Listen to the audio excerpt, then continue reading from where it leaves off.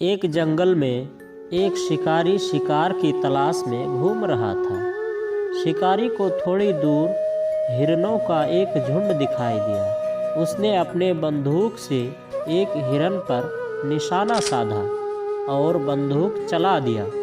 शिकारी का निशाना चूक गया, जिससे हिरन तो बच गया, लेकिन जहर वाला गोली एक बड़े पेड़ के तने में जा लगा।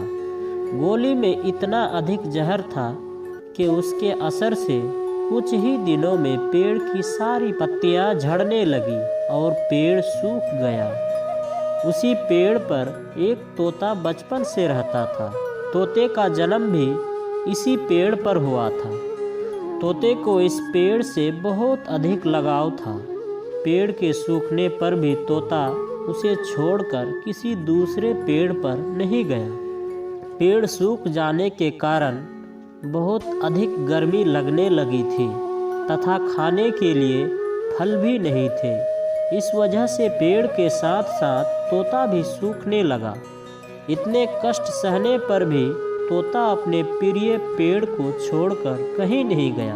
एक दिन एक बादल ने देखा कि एक छोटा सा तोता अपने बचपन के साथी पेड़ के लिए इतने कष्ट सह रहा है, तो बादल एक चिड़िया के रूप में उसके पास आए और बोले, अरे छोटे से प्यारे पंछी, तुम इस सूखे हुए मृत्यु पेड़ पर बैठे रहते हो।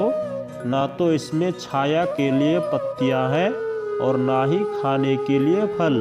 इतना बड़ा जंगल है और तुम तो उड़ भी सकते हो, तो तुम क्यों नहीं किसी दूसरे पेड़ पर जाकर रहते?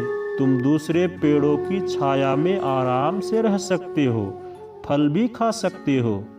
तोता एक गहरी लंबी सांस लेकर बोला, मैंने इस पेड़ पर ही जन्म लिया है और इसी पेड़ पर खेल कूद कर मैं बड़ा हुआ हूँ।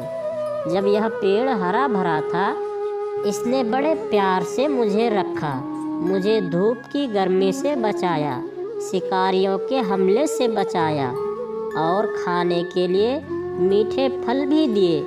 जो कुछ भी इसके साथ था, इसने सब मुझे दिया। कभी किसी चीज़ के लिए मना नहीं किया। मैं इस पेड़ के सहारे ही जिंदा रहा।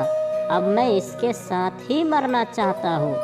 बादल तोते की बात से बहुत अधिक प्रभावित हुए और बोले कि प्यारे पंछी, तुम मुझसे कुछ मांग सकते हो अगर तुम्हारी मर्जी हो तो। तोता बोला कि प्रभु, मैं तो उस समय की प्रतीक्षा कर रहा हूँ जब पेड़ पौधों को जीवन दान देने वाला जल बरसेगा। बारिश होने से यह मेरा प्रिय मित्र पेड़ शायद फिर से हरा भरा हो जाए। अगर ऐसा नहीं हुआ तो मैं भी बैठे बैठे अपने प्राण त्याग दूंगा। उसकी बात सुनकर बादल इमोशनल हो गए और वहाँ से चला गया और अपने शक्ल में आकर बारिश बरसाने लगे और खूब तेज बारिश होने लगी, जिससे सूखते हुए पेड़ में नया जीवन आ गया। कुछ ही दिनों में पेड़ फिर से खूब हरा भरा हो गया।